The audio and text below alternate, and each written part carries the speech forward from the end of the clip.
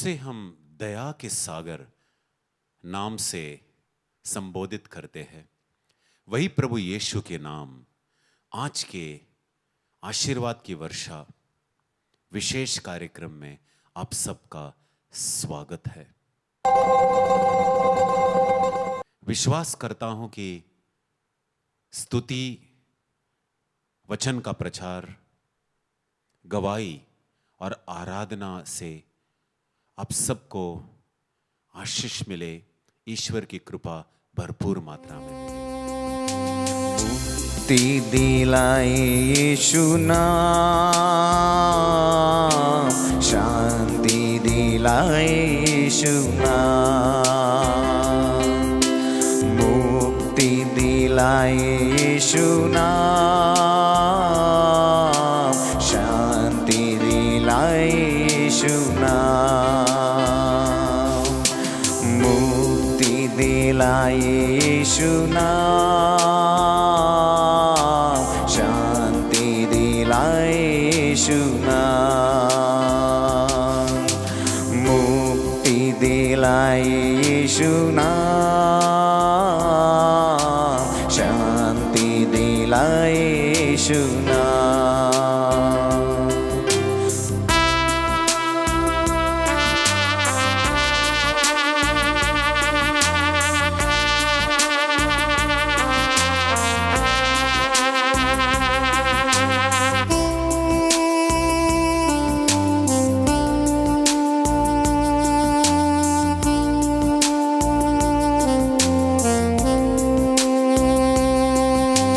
चरणी में तूने जन्म लिया यीशु, चरणी में तूने जन्म लिया यीशु, सूली पे किया विश्राम, सूली पे किया विश्राम, चरणी में तूने जन्म लिया यीशु, चरणी में तूने जन्म लिया यीशु, सूली पे किया विश्राम, सूली पे किया विश्राम, मुक्ति दिलाए यीशु नाम, शांति दिलाए यीशु नाम, मुक्ति दिलाए यीशु नाम, शांति दिलाए यीशु नाम।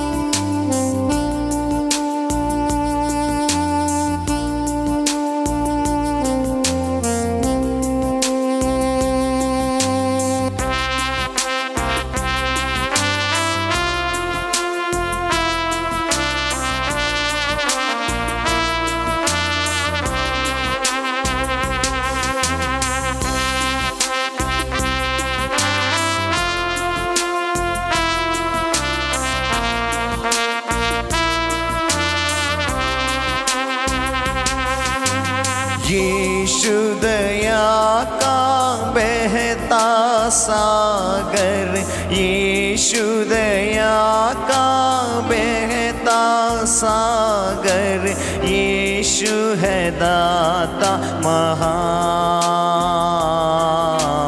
यीशु है दाता महान, यीशु दया का बहता सागर, यीशु दया का बहता सागर, यीशु है दाता महान, यीशु है दाता महान, मुक्ति दिलाए यीशु नाम, शांति दिलाए यीशु नाम, आगे मुक्ति दिलाए यीशु नाम, शांति दिलाए यीशु नाम।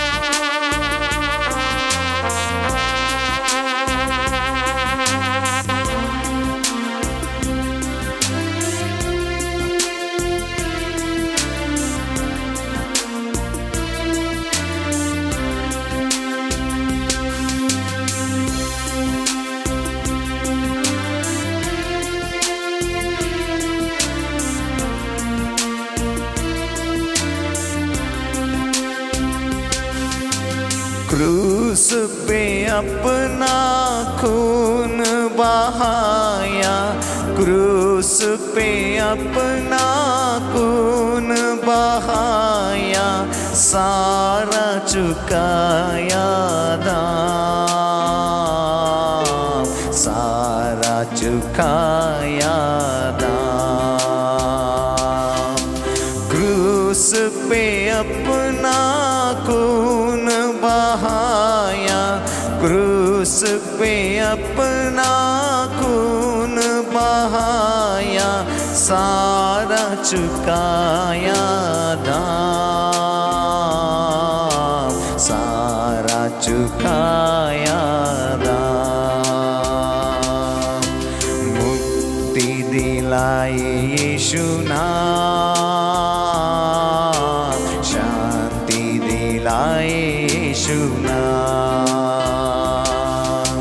मुक्ति दिलाए यीशु नाम, शांति दिलाए यीशु नाम, मुक्ति दिलाए यीशु नाम, शांति दिलाए यीशु नाम, मुक्ति दिलाए यीशु नाम, शांति दिलाए यीशु नाम।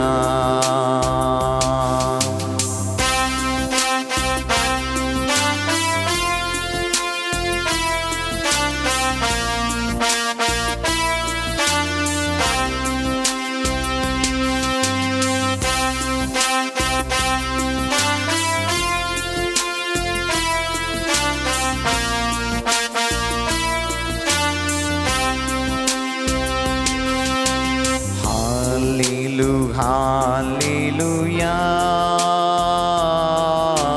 हालेलु हालेलुया, हालेलु हालेलुया, हालेलु हालेलुया।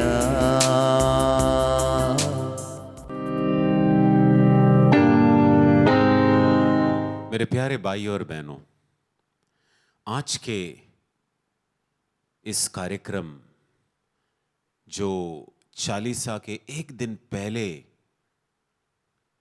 आप देख रहे हैं, इस कार्यक्रम में आप प्रभु यीशु के वचन द्वारा आप सबका हृदय परिवर्तन हो, जीवन में परिवर्तन आए, यही मेरा प्रार्थना है।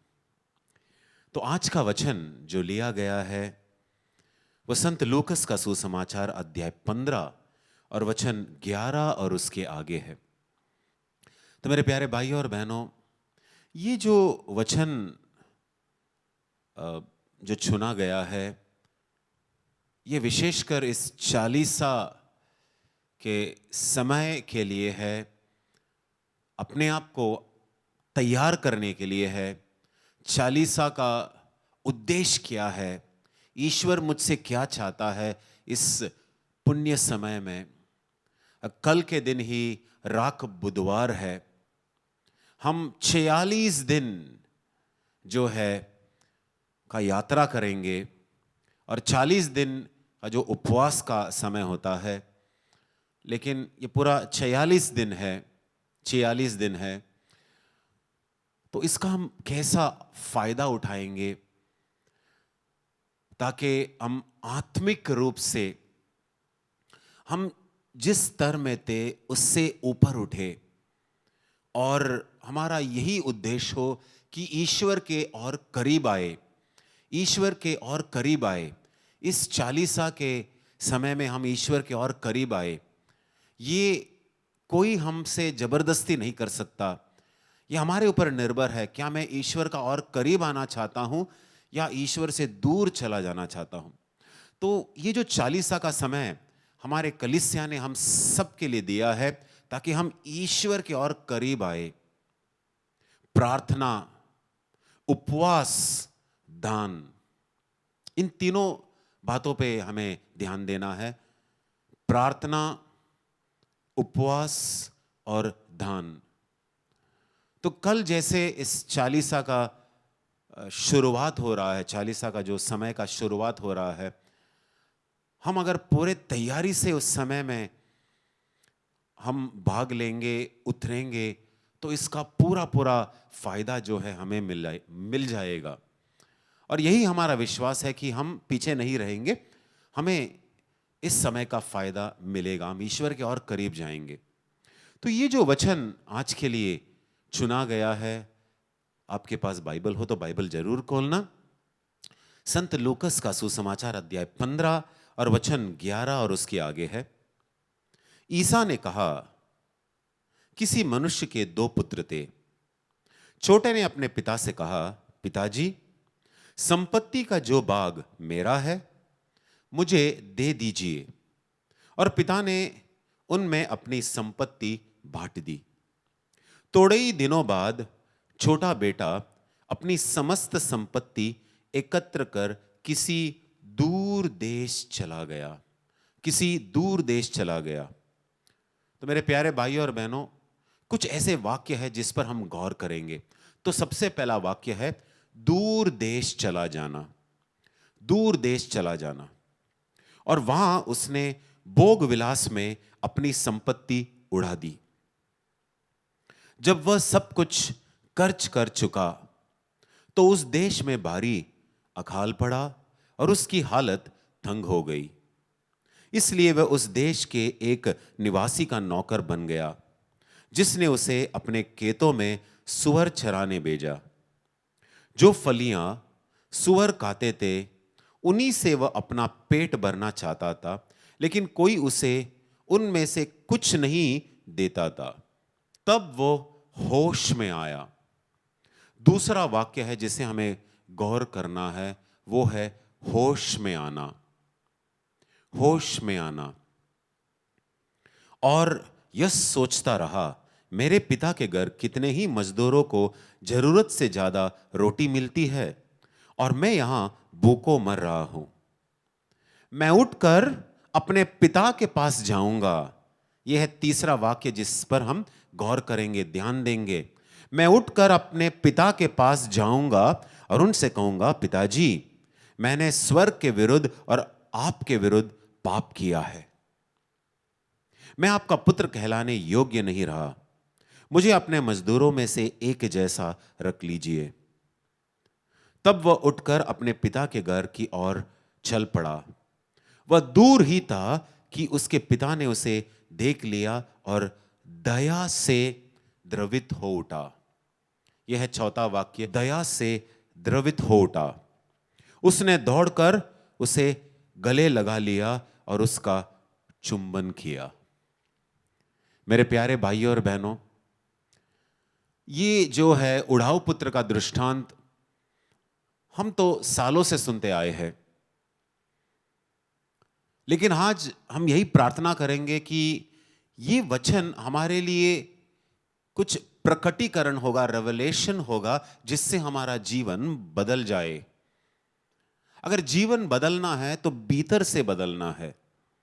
सिर्फ दृढ़ निर्णय लेने से किसी का जीवन बदलता नहीं मेरे प्यारे भाइयों और बहनों। हमने भी कई बार दृढ़ निर्णय लिया है कि हम पाप नहीं करेंगे, भलाई के मार्ग में चलेंगे, लेकिन देखते देखते कुछ समय के बाद हम पाप में दोबारा उसी पाप में गिर गए। ये सिर्फ आपके लिए नहीं, मेरे लिए भी लागू है। तो हम देख सकते हैं कि यहां पर हम क्या सीखते हैं। 4 ऐसे वाक्य हैं जिस पर हमें गौर करना है। सबसे पहला, दूर देश चला जाना। ये वचन 13 में है, दूर देश चला जाना। दूसरा है वचन 17 में, होश में आना। होश में आना, होश में आना। तीसरा वाक्य है, अपने पिता के पास जाऊंगा। अपने पिता के पास जाऊंगा। अपने पिता के पास जाऊंगा। और चौथा वाक्य है, दया से द्रवित हो उठा। पिता ने उसे देख लिया और दया से द्रवित हो उठा। दया से द्रवित हो उठा। मेरे प्यारे भाई और बहनों, इसके पहले भी कई बार चालीसा का समय आया है और गया है, लेकिन हमें कुछ लाभ नहीं मिला। हम उपवास भी किए, लेकिन कई बार वो सिर्फ एक धार्मिक कार्य बनते रह गए, भीतर से कोई बदलाव नहीं हुआ। उपवास करना अच्छा है, दान करना अच्छा है, प्रार्थना करना अच्छा है, लेकिन उसका अंत होना चाहिए हमारा परिवर्तन। हम यीशु जैसा और बने। उसका एक एंड होना चाहिए, उसका एक अंत होना चाहिए। माई ट्रांसफॉर्मेशन, मेरा परिवर्तन। और यह परिवर्तन भीतर से शुरू होता है। मेरे प्यारे भाई और बहनों, जैसे मैंने कहा कि इसके पहले भी कई साल चालीसा का समय आया और गया, लेकिन हम में कोई परिवर्तन नहीं हुआ। हमने सब कुछ किया, रखने के लिए हमने सब कुछ रखा, लेकिन जैसा ही पुण्य शुक्रवार के बाद पुनरुत्थान का महोत्सव हुआ, ईस्टर का, दोबारा हम वही पाप करते गए। जैसे 46 दिन हम रुके सिर्फ शराब पीने के लिए, सिर्फ कुछ बुरा करने के लिए। मतलब इसमें कोई परिवर्तन बिल्कुल हुआ ही नहीं। हमने रखने के लिए कुछ रखा, हमें अच्छा लगा, लेकिन परिवर्तन नहीं हुआ। मेरे प्यारे भाई और बहनों, इस चालीसा के समय आपके साथ और मेरे साथ ऐसा ना हो। हम इस चालीसा के समय का पूरा फायदा उठाएंगे, उसे गंभीरता से देखेंगे। हाँ मेरे प्यारे भाई और बहनों, पूरा फायदा उठाएंगे कि इस चालीसा के समय में हम प्रभु यीशु के और करीब आएंगे। और सिर्फ करीब आएंगे नहीं, उसके साथ रहेंगे। चालीसा का समय तो निकल जाएगा, पुनरुत्थान का महोत्सव जो है हम मनाएंगे, लेकिन उसके बाद भी हम प्रभु यीशु के साथ रहेंगे। ये सिर्फ एक निर्णय नहीं है, मन में हमें ठान लेना है। हम सबको पता है कि हम कितने आसानी से पाप में गिरते हैं, लेकिन यीशु के साथ रहना एक गारंटी है कि हम पाप से लड़ सकते हैं और पाप के ऊपर विजय भी पा सकते हैं। तो मेरे प्यारे भाई और बहनों, संक्षेप में बताना चाहता हूं इन 4 बातों को। सबसे पहले वचन 13 में हम देखते हैं, दूर देश चला जाना। इसका मतलब क्या है? जब हम पिता से दूर देश चले जाते हैं, हम स्वयं निर्णय लेते हैं, खुद की इच्छा अनुसार पिता का जो संरक्षण है उससे हम दूर चले जाते हैं। पिता का जो साथ है, ईश्वर का जो साथ है, ईश्वर के साथ जो रिश्ता है, उसे तोड़कर हम दूर देश चले जाते हैं। मेरे प्यारे भाई और बहनों, हर एक पाप का यही जड़ है, स्वार्थ। मैं अपने अनुसार करना चाहता हूं। और हम यही देखते हैं कि कोई भी पाप हो, छोटा हो या बड़ा पाप हो, मजा मिलता है कुछ समय के लिए, लेकिन उसके बाद क्या? उसके बाद मन में एक बोझ लगा रहता है कि हमने जो किया है गलत है। मेरे प्यारे भाइयों और बहनों, यही है पहला संदेश। दूर देश चला जाना, इसका मतलब है ईश्वर से दूर जाना, अपने इच्छा अनुसार दूर जाना, और संक्षेप में कहूं, पाप करना। पाप का जड़ होता है स्वार्थता। और जब ईश्वर से हम अलग हो जाते हैं, हमारे पिता से अलग हो जाते हैं, तो हम डेंजर में आ जाते हैं। कुछ भी हो सकता है। हर तरह जब हम पिता से अलग हो जाते हैं और अपने आप आगे जाते हैं, तो यहां कतरा होता है, वहां कतरा होता है, पाप में गिरने का कतरा। क्योंकि ईश्वर के साथ हम नहीं है। ईश्वर ने अपना हाथ नहीं छोड़ा, लेकिन हमने ईश्वर का हाथ छोड़ा है। दूसरी बात जो हम गौर करेंगे, यह है वचन 17 में, होश में आया। हां मेरे प्यारे भाइयों और बहनों, होश में आना बहुत जरूरी है। जब उड़ाऊ पुत्र जो है सुअरों के साथ बैठा था, तो वो होश में आया। पुराने नियम में नबी योना जब मछली के पेट में थे, तब वो होश में आया। प्रभु यीशु का शिष्य पेत्रस जब वो बगीचे में एक कोने में बैठकर रो रहा था, 3 बार प्रभु यीशु को इनकार करने के बाद जब वो रो रहा था, तब वो अपने होश में आया। हम भी कुछ ऐसे अवस्था में है जिस अवस्था में हमें नहीं रहना है।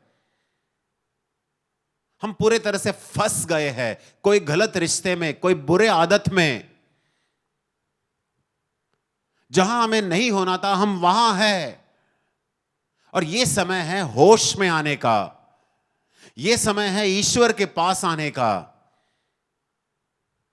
जहां हमें नहीं होना है, वहां जब हम होते हैं, तो वो एक ही बात का संकेत करता है, होश में आना है। जब हमारा दशा दुर्दशा के ओर उंगली उठाता है, तो बताता है कि होश में आने का समय है। गलत रिश्ता, बुरी आदत, क्षमा नहीं करना, क्रोध, हम जैसे हैं वैसा व्यवहार नहीं कर रहे हैं, इसका मतलब है हमें होश में आना है। तीसरी बात है वचन 18, मैं अपने पिता के पास जाऊंगा। मेरे प्यारे भाइयों और बहनों, यही तो है चालीसा का समय का उद्देश्य। ये वही समय है कि हम हमारे पिता के पास लौट आए। जिस पिता को छोड़कर हम दूर देश चले गए, जब हम होश में आए हैं कि हम जहां हैं, जिस अवस्था में है, जिस व्यक्ति के साथ है वो गलत है, तो हमें एक ही काम करना है, पेतरस जैसा काम करना है, यूदस जैसा नहीं। हमें प्रभु यीशु के पास लौट आना है, दुगुना शक्ति से लौट आना है, पिता के पास लौट आना है। और यही है इस चालीसा का जो समय है, उसका उद्देश्य, पिता के पास लौट आना। और हम पिता से क्या अपेक्षा कर सकते हैं? वचन 20 में दिया गया है, पिता ने उसे देख लिया और दया से द्रवित हो उठा। यही हम हमारे पिता परमेश्वर से अपेक्षा कर सकते हैं, दया। दया जो हमें नहीं मिलना है, पिता हमें वो देते हैं, दया। ये साधारण प्रेम से बढ़कर है दया, मर्सी। जिसके हम योग्य नहीं हैं, वो हमें ईश्वर देते हैं। जब हम दया की भीख मांगते हैं, याचना करते हैं, तो ईश्वर हम पर दया करते हैं। फिर जो बोझ है वो चला जाता है। मैं पापी हूं, ये जो बोझ है वो चला जाता है। और यहां पर दिया गया है, पिता दौड़कर उसे गले लगा लिया और उसका चुंबन किया।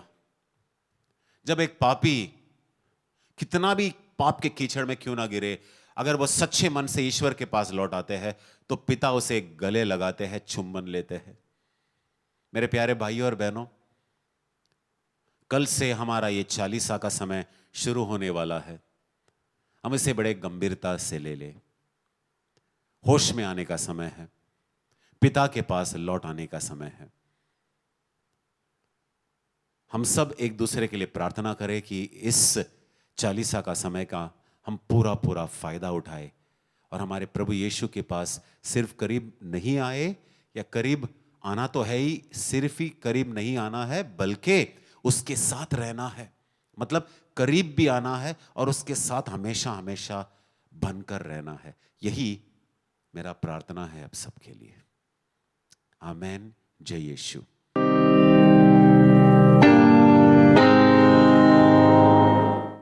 सभी को जय यीशु की। मेरा नाम है अभिलाषा मावी, मैं हूँ मध्य प्रदेश से। आज सुबह सुबह ही जब हम लोग रूम से बाहर आ रहे थे तब मेरे को है ना, पहले तो मेरा बॉडी पेन होता था, उसके बाद मेरे को आज सुबह में बहुत ज़्यादा ही पाँव दर्द हो रहे थे। फिर हम जब बैठे फिर हम लोगों ने आराधना की। उसमें जब मैं आराधना के टाइम मेरे को पता ही नहीं चला कि मेरी बॉडी पेन और ये मेरे पाँव दर्द होना कब बंद हो गया। जब फादर ने पूछा तब मेरे को फिर पूछा कि किसका किसका मतलब किसको किसको छंगाई मिली, तो मेरे को महसूस हुआ कि मेरा सब बॉडी पेन और मेरे पाँव दर्द होना सब कुछ बंद हो गया। इसलिए आप लोग भी डिवाइन में आके आप लोग ज्वाइन करें और ईश्वर पर भरोसा रखिए।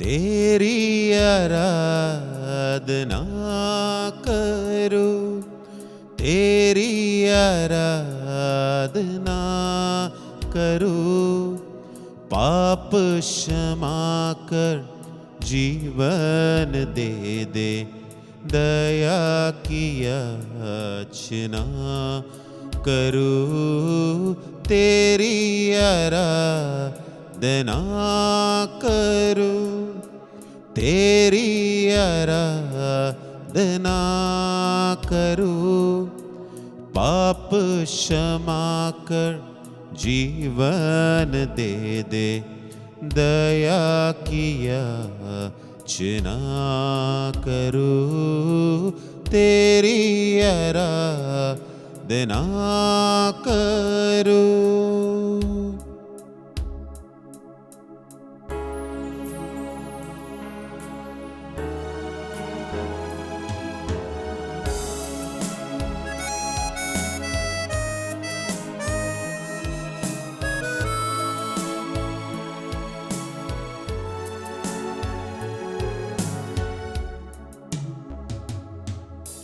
तू ही महान सर्वशक्तिमान, तू है मेरे जीवन का संगीत, हृदय के तार छेड़े जनकार, तेरी आराधना है मधुर गीत, जीवन से मेरे तू महिमा पाए, एक ही कामना करो, पाप क्षमा कर जीवन दे दे, दया की याचना करो, तेरी आराधना करो।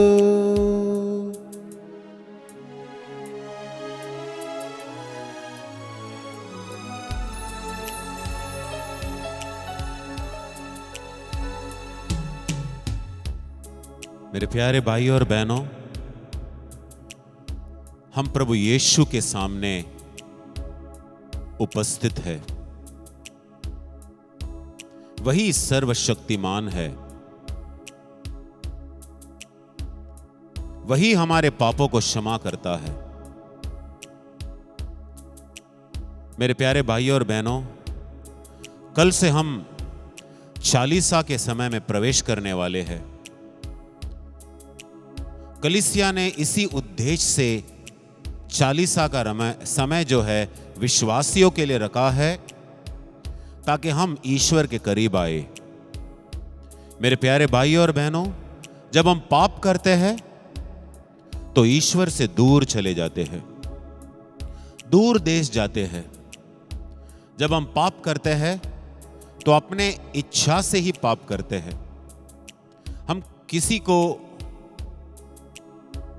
किसी से ये नहीं कह सकते कि उनके कारण हमने पाप किया है। पाप का जिम्मेदारी तो हमें ही लेना है। लेकिन ये 40 का जो समय है, ये पूरे विश्व भर में कलीसिया इसीलिए देते हैं ताकि विश्वासी प्रभु यीशु के पास, ईश्वर के पास लौट आए, दुगुना तेजी से वो ईश्वर के पास लौट आए। पापों को क्षमा मिलने का समय है। दया की याचना करने का समय है। मेरे प्यारे भाइयों और बहनों, हम इस कृपा से न चूके। ये कृपा का समय है। हो सकता है कि हम पाप में पूरे तरह से फंस गए हैं, गिरे हैं, लेकिन ये समय है जब हम प्रभु यीशु के पास लौट सकते हैं। और सिर्फ उसके पास लौटना नहीं है, उसके साथ जिंदगी भर रहना भी है। लौटकर फिर दोबारा हमें पाप में नहीं गिरना है, बल्कि हमें दृढ़ निश्चय लेना है कि इस 40 के समय से हमारा एक नया जीवन शुरू हो रहा है। हम प्रभु यीशु के पास लौट आएंगे और वही प्रभु यीशु के साथ रहेंगे भी।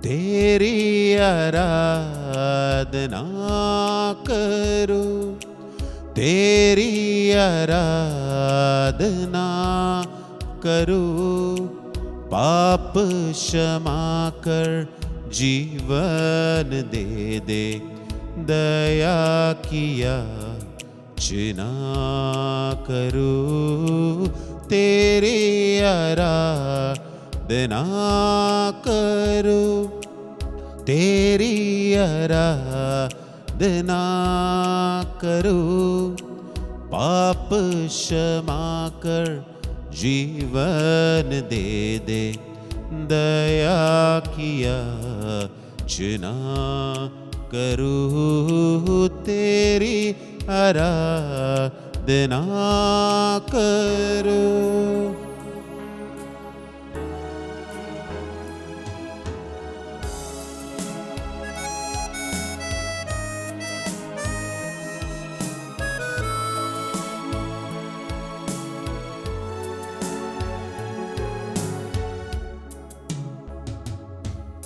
सृष्टि के हर एक कण कण में छाया है तेरी ही महिमा का राज, पक्षी भी करते हैं तेरी प्रशंसा, हर पल सुनाते हैं आनंद का राग, मेरी भी भक्ति तुझे ग्रहण हो, हृदय से प्रार्थना करो, पाप क्षमा कर जीवन दे दे, दया किया याचना करो, तेरी आराधना करो। हाँ मेरे प्यारे भाई और बहनों, ये समय है जब हम ईश्वर के पास लौट आते हैं। हम उसी ईश्वर की आराधना कर रहे हैं जो हमारे पापों को क्षमा कर सकते हैं, जिसके हाथों से हम दया अपेक्षा कर सकते हैं। ये वही प्रभु यीशु है जो हमारे सामने है, हम जिसके सामने बैठे हैं, हम जिसके सामने उपस्थित है, जो हमारे पापों को क्षमा कर सकते हैं। मेरे प्यारे भाइयों और बहनों, एक बार 4 मित्रों ने अपने एक लकवे से पीड़ित मित्र को प्रभु यीशु के पास लाए। कमरे में बिल्कुल जगह नहीं था, लेकिन उन 4 मित्रों का विश्वास बहुत अधिक था। उन्होंने छत में छेद कर दिया और अपने मित्र को प्रभु यीशु के सामने उतार दिया। प्रभु यीशु ने 4 मित्रों का विश्वास देखकर उस लकवे से पीड़ित व्यक्ति से कहा कि मैंने तुम्हारे पापों को क्षमा किया है। और फिर हम ये देखते हैं जब उनके पापों को क्षमा मिला तो प्रभु यीशु ये भी कहता है, उठो और चलो।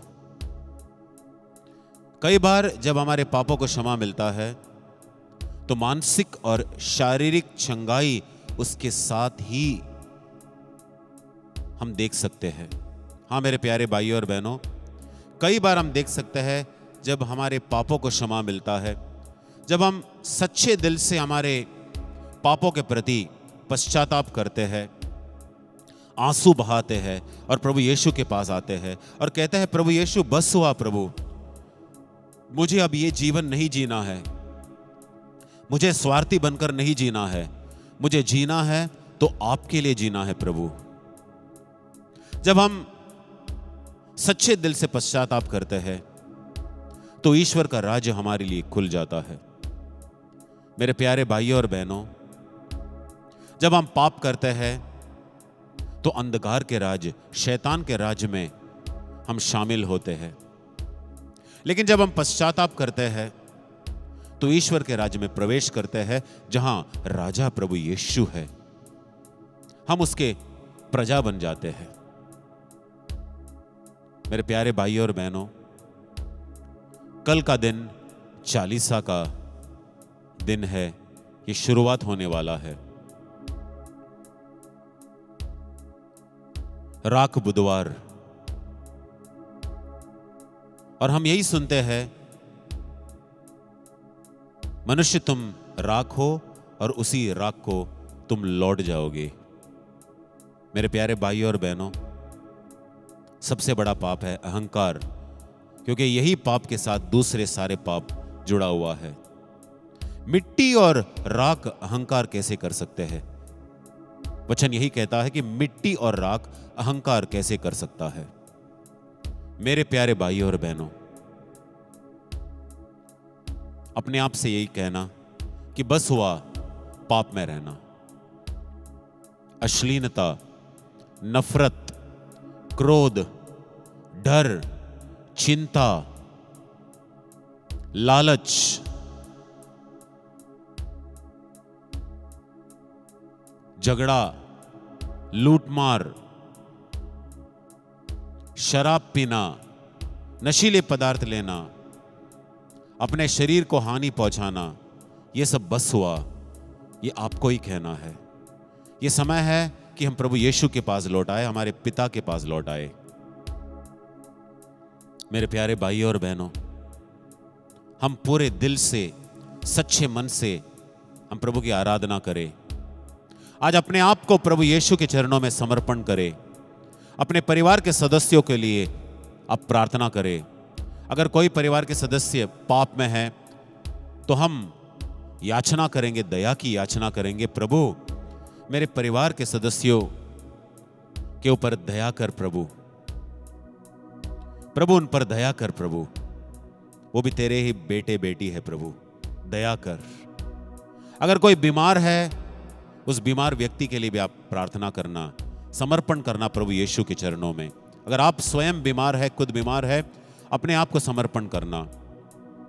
अगर किसी ने प्रार्थना के लिए मांगा है तो भूलना नहीं उस व्यक्ति को, उस व्यक्ति के याचना को भी आप प्रभु यीशु के चरणों में समर्पण जरूर करना।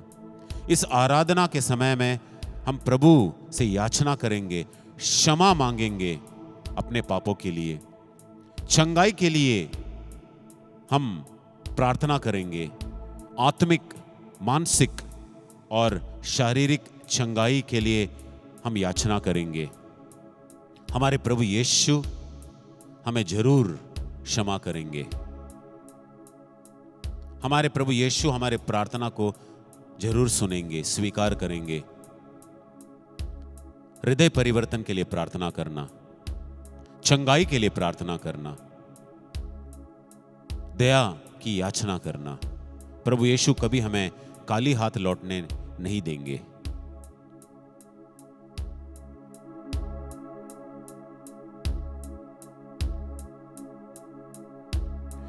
तेरी आराधना करो, तेरी आराधना करो, पाप क्षमा कर जीवन दे दे, दया की याचना करो, तेरी आराधना करो। मेरे प्यारे भाई और बहनों, अब हम आशीर्वाद स्वीकार करने के लिए, अंतिम आशीर्वाद स्वीकार करने के लिए अपने आप को तैयार करें। हो सके तो सब अपने घुटनों पर जाइए। घुटनों आपको टेकना है, घुटना आपको टेकना है और प्रभु यीशु से हम आशीर्वाद स्वीकार करें। प्रभु यीशु हमारे पापों को क्षमा करने के लिए तैयार है, नया जीवन देने के लिए तैयार है, चंगा करने के लिए तैयार है, हमारे सारे प्रार्थना को सुनने के लिए तैयार है। आइए हम प्रभु यीशु से आशीर्वाद स्वीकार करें। तेरी आराधना करो, तेरी आराधना करो, पाप क्षमा कर जीवन दे दे, दया की याचना करो, तेरी आराधना करो।